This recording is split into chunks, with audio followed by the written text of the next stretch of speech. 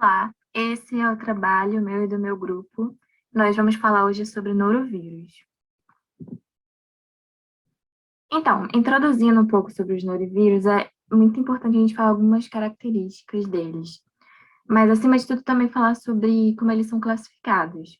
Nesse caso, a gente vai começar falando do que eles são classificados em 5 grupos, que geralmente são representados por números romanos, e eles têm pelo menos 25 genótipos. Além disso, apenas o grupo 1, 2 e 3 causam infecção em humanos. E aparentemente a cepa mais frequente atualmente é a do grupo 2.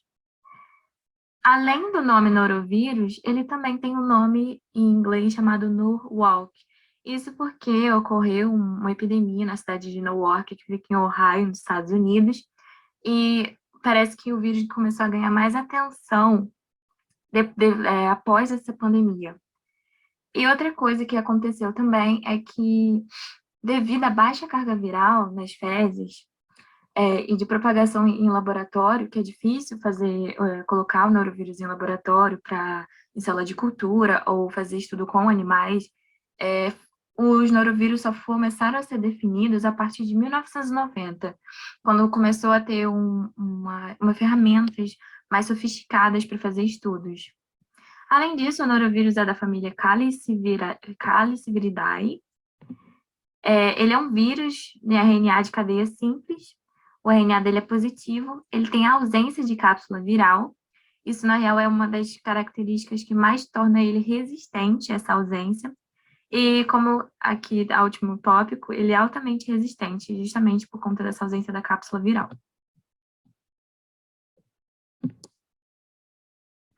Outra coisa é que até alguns anos atrás, quando não se tinha muito estudo sobre esses vírus, eles eram considerados como causa secundária de gastroenterite.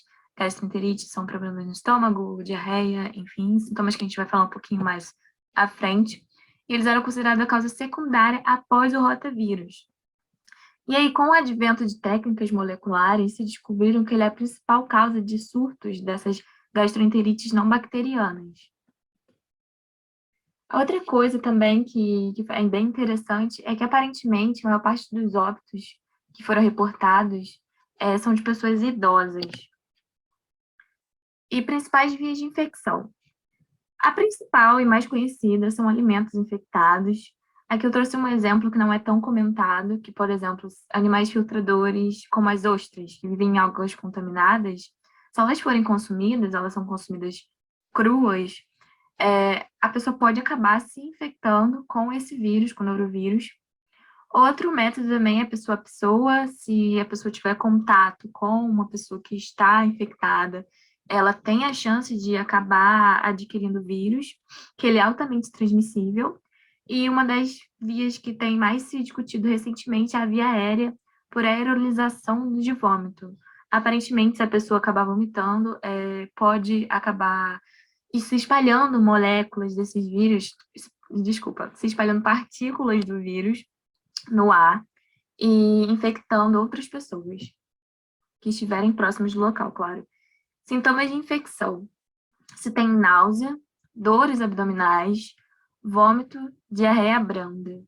Mas também existem as formas mais graves. No caso das formas mais graves, os sintomas ligados a náusea e vômito, seguidos de diarreia abundante, e esse problema da diarreia pode acarretar em desidratação. E se não tratado, pode levar eventualmente à morte. Talvez esse também seja um dos principais motivos por conta do norovírus acabar levando ao óbito de pessoas idosas. E o período de incubação dele é entre 10 a 51 horas, e o seu período de transmissibilidade geralmente se inicia com os sintomas, né? A partir dos primeiros sintomas, e atinge o pico entre e terceiro dia desses sintomas. Mas não são todas as pessoas que estão com sintomas que, que estão com norovírus. Pode ter pessoas que são assintomáticas, estarem transmitindo o vírus e não tem muita noção disso. Existem casos. Bom, e algumas formas de identificação do norovírus com relação ao diagnóstico laboratorial, né? O primeiro método é um método de diagnóstico clássico, que é a microscopia eletrônica, que vai detectar então partículas virais com 27 a 30 nanômetros de diâmetro. E esse método é mais usado em laboratórios de saúde pública, né, em alguns países, porque ele requer um técnico, né, altamente qualificado e um equipamento também que é muito caro, então, e por isso acaba se tornando também um pouco inviável em estudos epidemiológicos ou até estudos clínicos. Bom, um outro método é o método imunoenzimático, o ELISA, né, para detecção do antígeno viral, que vai utilizar proteínas virais do capsídeo do norovírus, né, expressas em baculovírus, como reagente para os ensaios imunoenzimáticos. E essa metodologia ela foi recentemente disponibilizada, né, comercialmente para diagnóstico de norovírus diretamente das fezes, né? Mas os primeiros kits eles apresentavam baixa sensibilidade diagnóstica, mas houve o desenvolvimento de novas gerações de kits recentemente, né, que foram mais sensíveis e específicos, e isso acarretou benefícios para o diagnóstico rápido, né, do norovírus, principalmente diagnóstico direcionados a surtos. Bom, uma outra técnica é uma técnica molecular, né, de RT-PCR, que foi desenvolvida para a identificação, né, do norovírus, e ela é bem sensível e específica, né, o que possibilita estudos epidemiológicos para a identificação de surtos também de gastroenterite. E alguns estudos colaborativos, né, internacionais demonstraram que dentre vários pools de primes desenvolvidos, né, para regiões ORFs 1, 2 e 3, os que apresentaram então melhores resultados foram os primes da região POL, né, da ORF 1, que é uma região conservada, como a gente pode ver aqui na figura 2. Então, a região do gene POL, né, POL, POL, que tem 147 nucleotídeos, vai ser usado então como padrão para a identificação dos genótipos dos norovírus. Então, o sequenciamento, né, dos norovírus tem auxiliado nas investigações epidemiológicas relacionadas nos casos clínicos, né, para a determinação da fonte comum e para a diferenciação de surtos que vão poder estar erroneamente relacionados. Bom, então a técnica de RT-PCR, né, de PCR em tempo real, vai quantificar sequências específicas do DNA ou ainda do RNA nas amostras clínicas, né, e também da expressão gênica, e isso pela detecção da fluorescência emitida desde o primeiro ciclo da amplificação, né, pela técnica.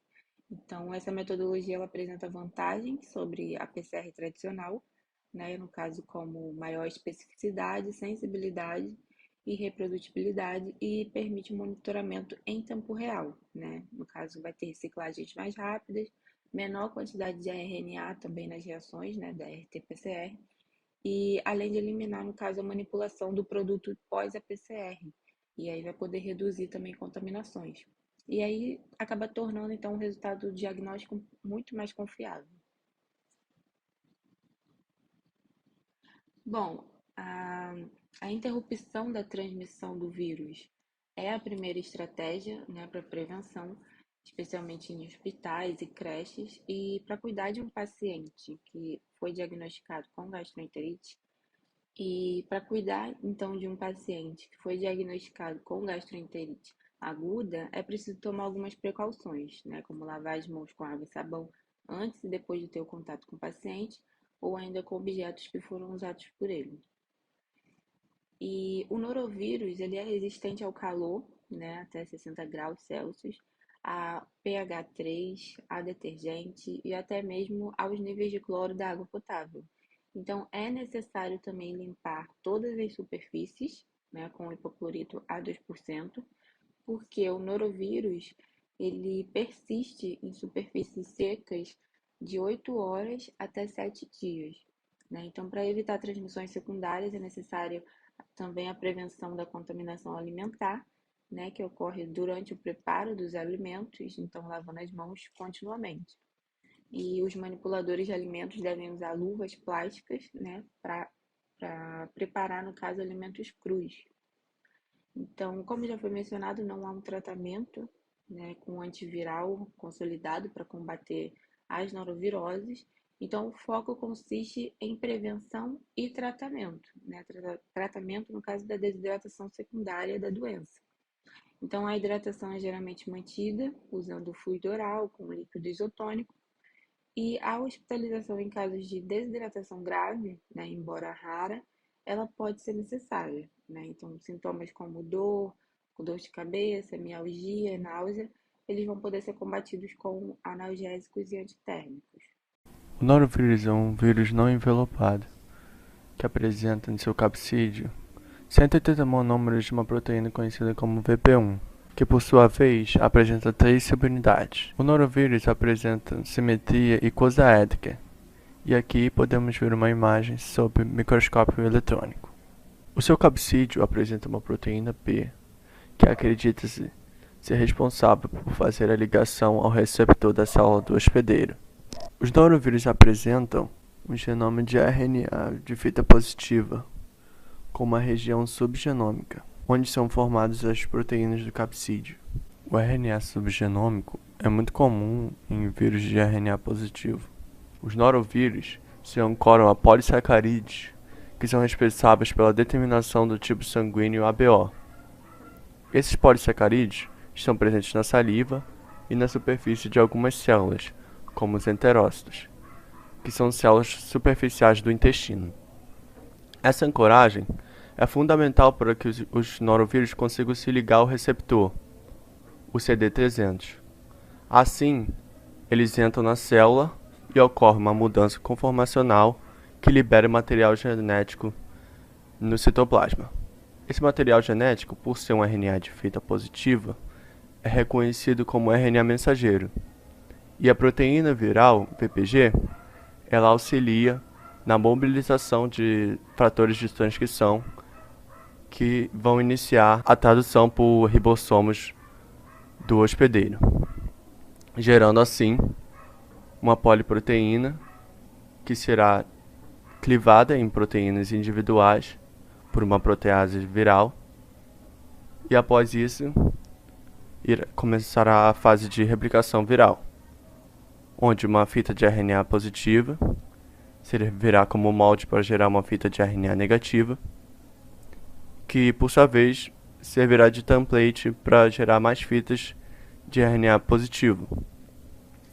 Depois dessa fase, os vírus são montados e são liberados no meio extracelular pela lise celular. Não existem medicamentos específicos desenvolvidos contra o norovírus, apenas o tratamento de sintomas, como náuseas, diarreia, vômitos, desidratação.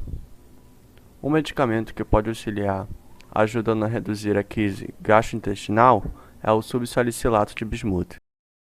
Bem, agora entrando no estudo de caso, ou a gente leu um artigo, e uma das primeiras coisas que foram faladas nesse artigo foi por que ele estava sendo desenvolvido, né, sua introdução. E acontece que em 8 de março de 2018, na China, uma cidade da China chamada Guangzhou, acabou começando um grande número de pessoas tendo sintomas que aparentemente eram de norovírus, mas podia ser de outro, mas, de qualquer maneira, foi chamado o Centro de Controle e Prevenção de Doenças da cidade, e foi notificado esse grande número de alunos na escola da cidade, que desenvolveu diarreia e vômito. E aí, o objetivo desse artigo foi estudar e verificar o principal causador desses sintomas, para então se conseguir controlar o surto, né? E aí foi montado uma equipe para realizar o levantamento epidemiológico, para se descobrir qual era o vírus ou bactéria que estava causando isso nas pessoas dessa escola. Bem, e os métodos que foram usados consistiram em três métodos diferentes. Um foi uma investigação epidemiológica, que pegava a população de estudo, consistia em casos prováveis e casos confirmados. A diferença era, os casos prováveis eram pessoas que estavam tendo sintomas. E aí, nesses casos prováveis, eles dividiam em 3 tipos, que eram pessoas que estavam tendo mais ou igual 3 vezes ao dia diarreia, pessoas que estavam tendo menos 3 vezes ao dia diarreia, e pessoas que estavam tendo vômito mais de 2 vezes por dia, isso a partir da época dos casos, que foi aproximadamente 8 de março de 2018. E os casos confirmados, que a pessoa foi lá, fez um teste e confirmou, deu positivo para norovírus.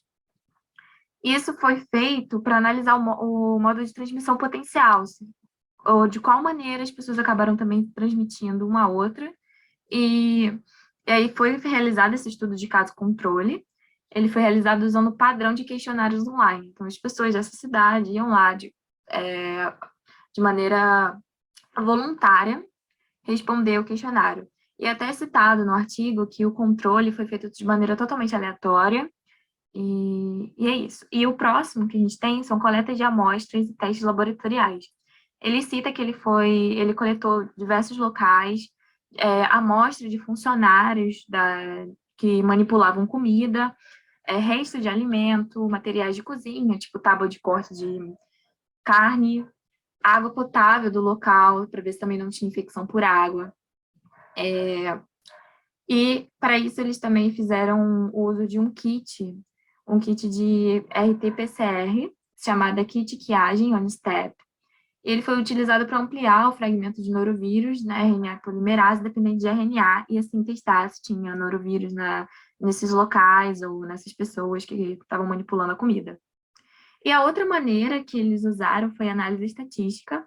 Eles usaram um programa R, que é bem conhecido por fazer dados estatísticos, e aí fez uma distribuição dos principais sintomas durante os surtos, foram resumidas usando frequências e proporções, então separando em cada grupo, cada sintoma, diarreia, vômito, dores intestinais, e aí as taxas foram calculadas e comparadas usando o teste do Q-quadrado entre os grupos que se fez essa separação. E esses foram métodos. Bom, então nesse estudo foi detalhado um surto de diarreia infecciosa causada por norovírus, né? Então toda a escola usava a mesma água da torneira e a água potável do município, e todos os testes de laboratório estavam de acordo com o padrão. Então, os fatores de fonte de água, né, podem ser excluídos, eles não foram a causa desse surto. Ter comido comida para viagem era o principal fator de risco, né? Mas 2 casos ocorreram em 7 dormitórios. Então, a exposição a casos semelhantes, no caso 72 horas antes do início, e a existência de caso no mesmo dormitório, foram fatores de riscos, né? E a diferença de tempo entre o início da doença foi de até 10 dias, o que indica, né, que a transmissão do contato de pessoa para pessoa não vai poder ser excluída em um período posterior de epidemia. Bom, e o surto teve uma origem pontual, né, e foi administrado rapidamente após a restrição de refeições fora do campus e a implementação de desinfecção completa e medidas de isolamento de casas, né, o que aí corroborou o julgamento de transmissão alimentar e de contato no surto. Então, a disseminação fecal oral é a principal via de transmissão do norovírus, né? E os humanos também podem ser infectados por contato direto de pessoa a pessoa, né? Consumo de água ou ainda de alimentos contaminados, ou o contato também com superfícies ambientais contaminadas, né? No período de 2009 a 2012, nos Estados Unidos, 48% dos surtos de transmissão alimentar foram causados por norovírus, né? No caso, por trabalhadores. Bom, e as práticas inadequadas de manuseio entre os manipuladores de alimentos infectados são uma fonte de infecção comum, né, em surtos de transmissão por alimentos em Guangzhou. A transmissão alimentar ela foi responsável por mais de 40%, né, do total de surtos de norovírus nessa cidade, e de 2016 a 2018, entre os quais a contaminação por trabalhadores da cozinha representou, no caso, uma grande proporção, né, desses casos. Então, as práticas de higiene pessoal entre os manipuladores de alimentos infectados são consideradas o fator contribuinte mais importante na transmissão de doenças que são transmitidas, né, por alimentos. Então, dada a importância do manuseio dos alimentos na prevenção de infecções por norovírus, esses manipuladores de alimentos devem ser aconselhados a tomar cuidado especial, né, para seguir boas práticas de higiene na cozinha, especialmente lavagem de mão. E, além disso, né, o monitoramento diário da saúde dos manipuladores de alimentos e a limpeza e desinfecção do meio de trabalho, né, que são de grande importância. Bom, e por fim, uma análise de muitos surtos identificou os norovírus do genogrupo G2, né, como as cepas mais comuns em todo o mundo, né, entre as quais as cepas G2.4, ela se tornou predominante. E nesse estudo, os autores eles mostraram que o norovírus G2.3 foi o agente causador, né? E a via original de transmissão foi a via alimentar, que causou então a infecção nos casos primários. De 2012 a 2015, a cepa G2.3 foi responsável por mais de 12% dos surtos de norovírus na província de Guangdong, né, na China, e estudos anteriores indicaram que a prevalência dos genótipos infectantes eles diferem de acordo com as diferentes populações humanas e vias de transmissão, né? Então, o genótipo G2.4 ele é mais frequentemente associado à transmissão mediada por contato pessoa a pessoa, né, do que os outros tipos de transmissão, enquanto os genótipos que não são G2.4, como o G2.3, eles são mais frequentemente associados à transmissão alimentar, né, que é uma característica que pode estar relacionada à teoria proposta, então, de que as cepas G2.3 elas apresentam maior estabilidade em alimentos do que a G2.4. Então, eles identificaram, né, o norovírus como o agente causador desse surto de origem alimentar, né, causada pelo consumo de comida para viagem na China. E os serviços de entrega de alimentos eles se tornaram comuns, né, não só na China como no mundo todo, mas nos últimos anos. E a condição higiênica da entrega dos alimentos não é de fácil controle, né? Ela não pode ser garantida. Então, a contaminação dos alimentos pode ocorrer em qualquer etapa, desde o preparo até a distribuição dos alimentos, e os manipuladores dos alimentos, no caso, devem desempenhar um papel importante no cuidado com a higiene, né? As práticas de manipulação de alimentos, elas apresentam risco potencial de surtos, né, de gastroenterite aguda, devido à vigilância e supervisão inadequada. Então, mais atenção deve ser dada ao monitoramento e supervisão dos manipuladores de alimentos para reduzir, então, a incidência de gastroenterite aguda relacionada ao norovírus associada a essa entrega de alimentos. Oi, gente, bom dia. Meu nome é Leandro e agora eu vou falar da parte dos resultados do nosso artigo. Bom, foi registrado o total de 157 casos prováveis e 20 confirmados em laboratório. Dentre os sintomas, vômito foi o mais documentado, com uma ocorrência de 61%, seguido por diarreias, com 38%, dores abdominais, com 27% e febre, com 19%. Não houveram casos graves, hospitalizações ou mortes. Para a testagem, ocorreu a coleta de 379 amostras, entre elas 27 suaves retais de alunos, 169 suaves de funcionários do restaurante fora da faculdade, 151 dos funcionários da cantina da universidade e 32 suaves de superfície, sendo 21 destes da cantina e 11 do restaurante. O primeiro caso ocorreu em 5 de março, enquanto o pico de incidência foi atingido no dia seguinte. O número de casos diminuiu drasticamente após a adoção de medidas de segurança e controle.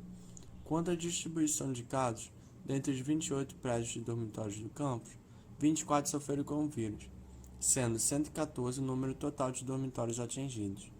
Desses 114, 7 tiveram 2 casos ou mais. Ocorrências de gastroenterite se deram nos estudantes na faixa de 17 a 23 anos, e dos 157 casos prováveis, 47 eram homens e 110 eram mulheres.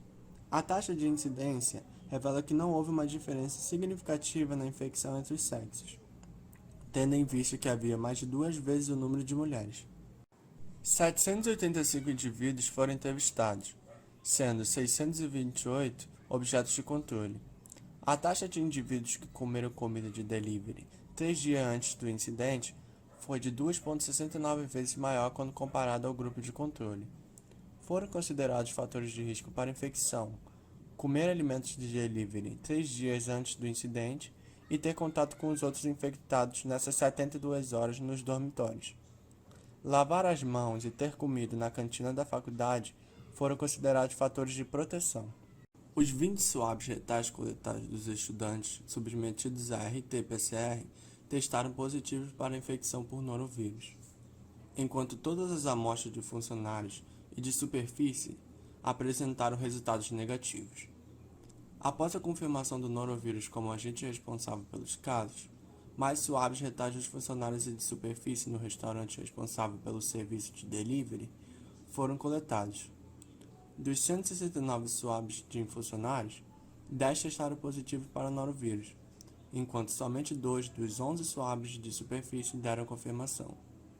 Análises filogenéticas revelaram que a cepa do norovírus presente nas amostras correspondia ao grupo G23.